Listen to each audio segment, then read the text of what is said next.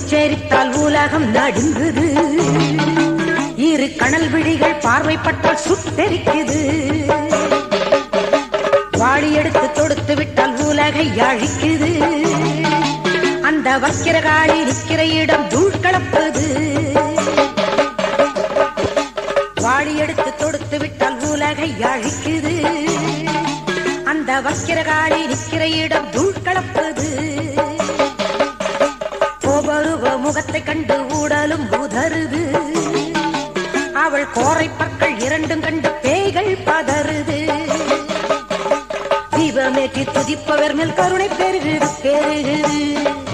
வரும் தீமைகளை மாய்த்திட திரிசூலம் வருகுது.